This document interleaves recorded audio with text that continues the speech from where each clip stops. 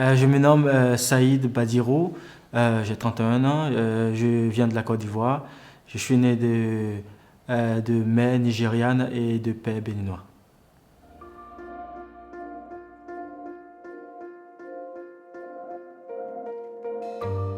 Vous savez, nous vivons dans une société très très patriarcale, une société très inégalitaire, dans laquelle la plupart du temps la femme est très marginalisée.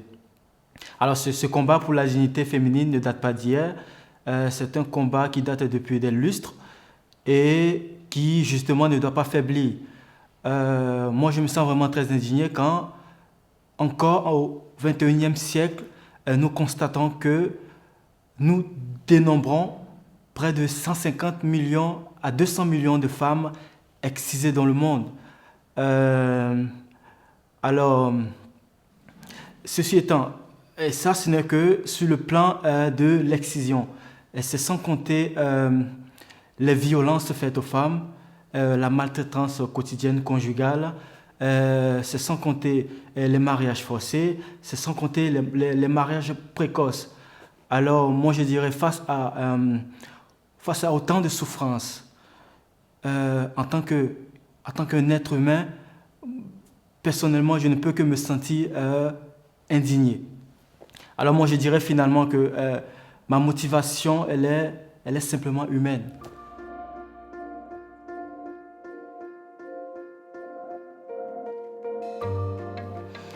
Alors, les conséquences de l'excision, enfin, on parle souvent de l'excision, mais en réalité, le thème le plus juste serait mutilation génitale féminine.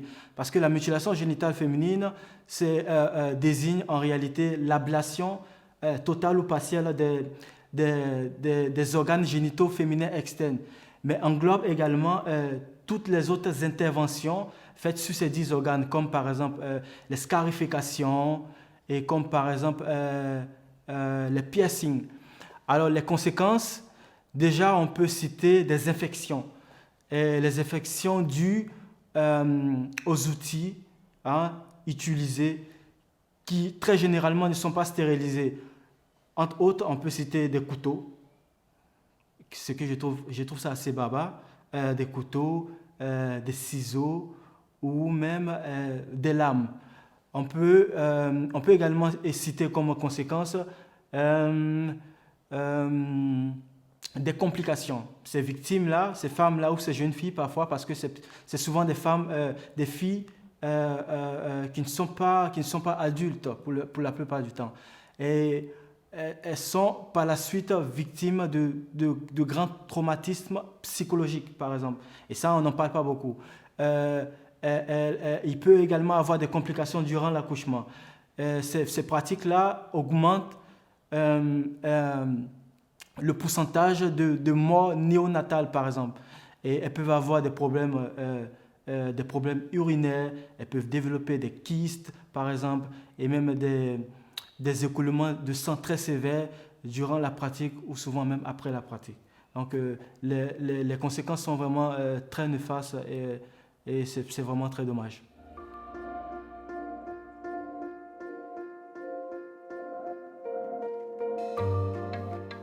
Alors, les raisons de la pratique de l'excision sont diverses. Elles sont diverses en fonction de la localité, en fonction de la communauté, en fonction de la région dans laquelle elles sont pratiquées. Alors, généralement, les raisons qui sont avancées sont... D'abord, il faut savoir que euh, la mutilation génitale féminine est considérée dans ces communautés comme une norme sociale. Elle est considérée comme, elle est considérée comme une nécessité éducative pour la jeune fille en vue de la préparer à l'âge adulte. Elle est considérée comme une nécessité éducative pour la femme en vue de la préparer au mariage, par exemple. Alors, dans certaines communautés, euh, selon les croyances qui sont avancées, sont, en fait, ils considèrent que la mutilation génitale ou l'excision assurerait la virginité prénuptiale de la jeune fille, par exemple. elle assurerait également la fidélité conjugale. Et dans d'autres communautés, euh, elle assurerait par exemple une meilleure fécondité. Ou alors, elle permettrait de diminuer la libido féminine. Ou même de lutter contre les rapports sexuels extra-conjugaux. Et alors, vous savez, c'est très difficile. C'est très difficile parce que, comme je l'ai dit, c'est devenu une norme sociale.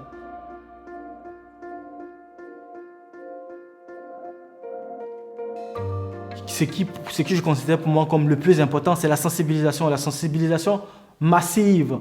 C'est-à-dire il ne faut en aucun cas baisser les bras. C'est-à-dire qu'il faut continuer à en parler à des amis, dans la communauté, à des amis. Et à chaque fois qu'on a l'occasion de dénoncer, il faut le faire. Il faut le faire parce que c'est pratiquement le seul moyen de pouvoir éradiquer ou essayer de faire reculer ce fléau.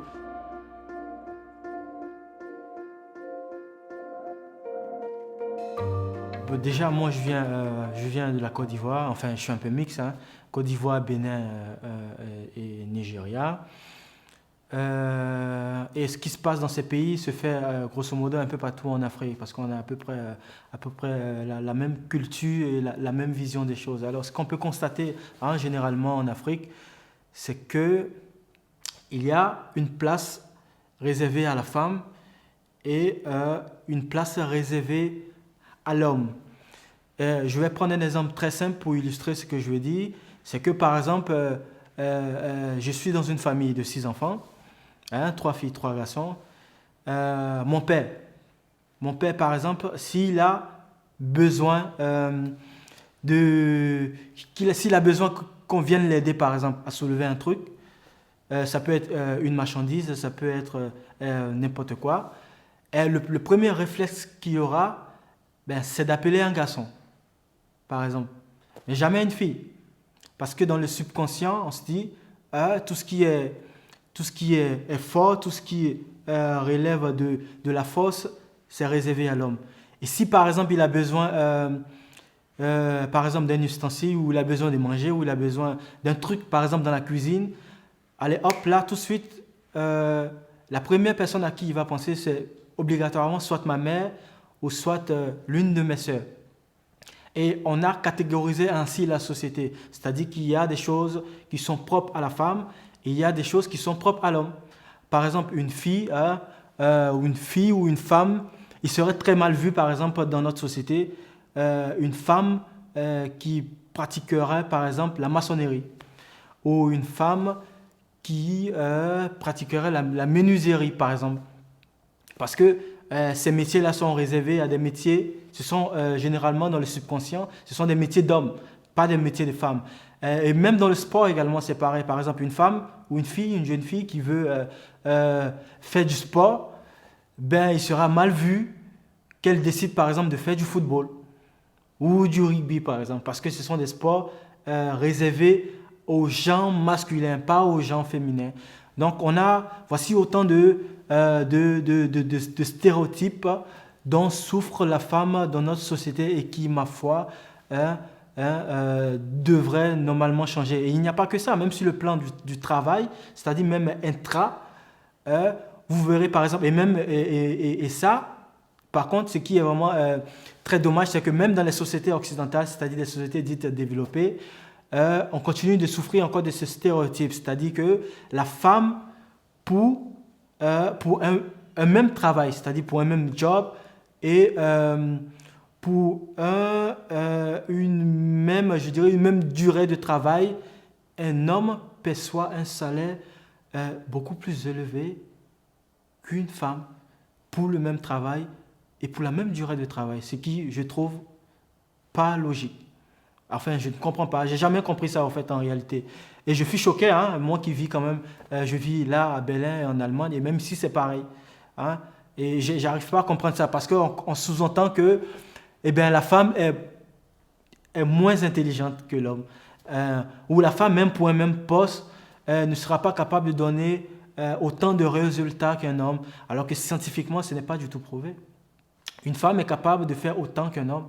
Une femme est même capable souvent de donner beaucoup plus qu'un homme, et ça, par contre, c'est avéré. Hein.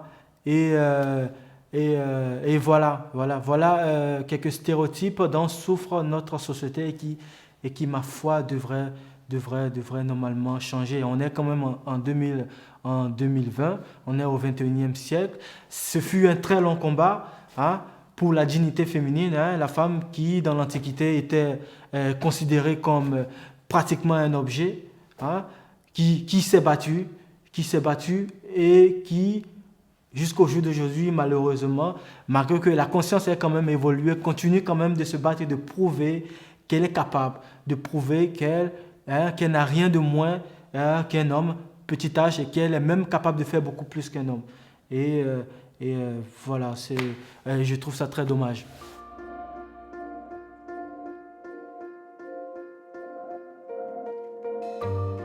Mon message, le message que je vais envoyer déjà, c'est un message.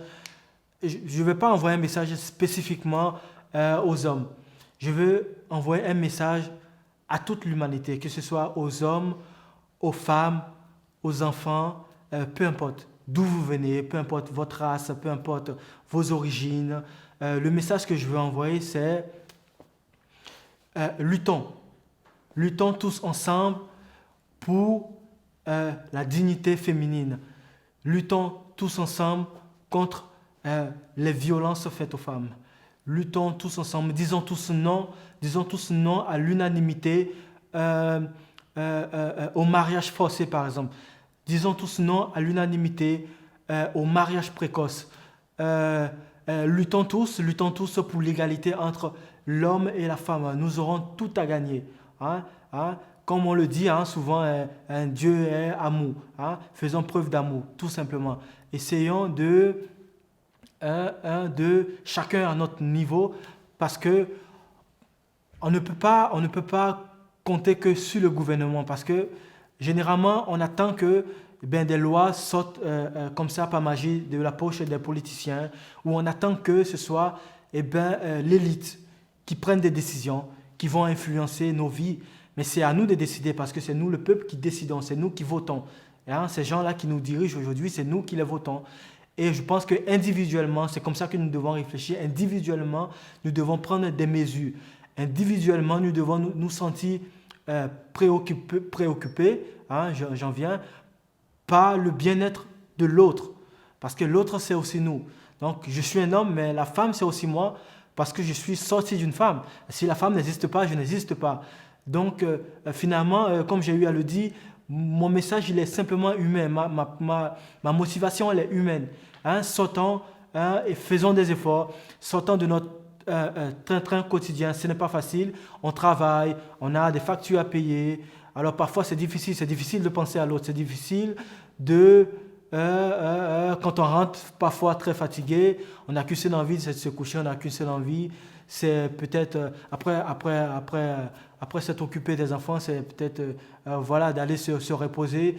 On a dans cette société où tout le monde court dans tous les sens, finalement, on a très peu de temps pour penser à l'autre, mais faisons des efforts pour penser à l'autre, faisons des efforts pour regarder la misère de l'autre, faisons des efforts pour regarder au-delà de ce que nous vivons quotidiennement. Alors voilà, le message il est celui-là. Faisons de la sensibilisation, dénonçons quand nous voyons des inégalités, battons-nous les uns pour les autres. Et je crois que si nous le faisons, on retrouvera certainement une société beaucoup plus harmonieuse, avec pas ou moins d'inégalités. Voilà.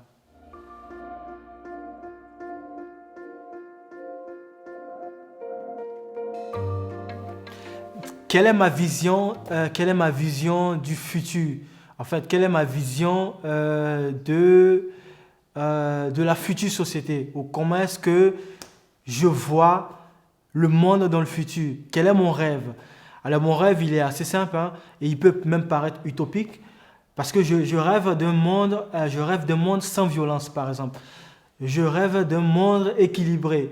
Je rêve d'un monde égalitaire, c'est-à-dire un monde où l'homme et la femme sont égaux. Et même au-delà de ça, j'irai même beaucoup plus loin. Je rêve d'un monde où on a de la compassion pour les autres êtres vivants également, c'est-à-dire pour les animaux. Hein. Je rêve d'un monde où on a de la compassion pour les végétaux, par exemple. Regardez, on vit dans un monde actuellement où la couche d'ozone est pratiquement détruite. On a des eaux qui sont pratiquement polluées. On a de la déforestation abusive due à l'urbanisation ou même à l'élevage. Hein. L'élevage constitue 70% de déforestation. Je pense que je constate que l'humain a perdu de son humanité finalement. Parce qu'on n'arrive plus à sentir la douleur de l'autre. On ne voit plus la douleur de l'autre. On ne regarde plus dans les yeux de l'autre. Hein? Et c'est quand même incroyable. Parce que ce chiffre, moi, honnêtement, ce chiffre-là encore me perturbe et je vais revenir là-dessus. C'est 150 millions à 200 millions de personnes, de femmes et de jeunes filles qui sont victimes d'excision. Je trouve ça très incroyable. Je trouve ça limite, moi, personnellement, ça me perturbe. Alors, je ne sais pas si je suis un peu trop sensible, mais l'humain a perdu de son humanité. Hein? Donc mon rêve, hein, il est assez simple. Mon rêve, c'est que l'être humain retrouve de sa plénitude. L'être humain retrouve l'amour. Parce que dans l'amour, on retrouve la patience. Dans l'amour, on retrouve la tolérance. Dans l'amour, on retrouve le don de soi pour l'autre. Dans l'amour, on retrouve le sacrifice. Hein? Et c'est de ce monde-là dont je rêve. Un monde où on prend soin de l'autre. Hein? Un monde où le plus important pour moi, c'est la liberté. Un monde où chaque être humain pourra jouir de son libre arbitre. C'est-à-dire pourra décider de qui il veut être, pourra décider de qui il aimera devenir. Et naturellement, tout en respectant le droit et, je dirais, la volonté de l'autre. Alors, pour faire très simple, hein, j'ai dit beaucoup, ma vision du monde futur, c'est un monde rempli d'amour où l'homme et la femme sont égalitaires. Voilà.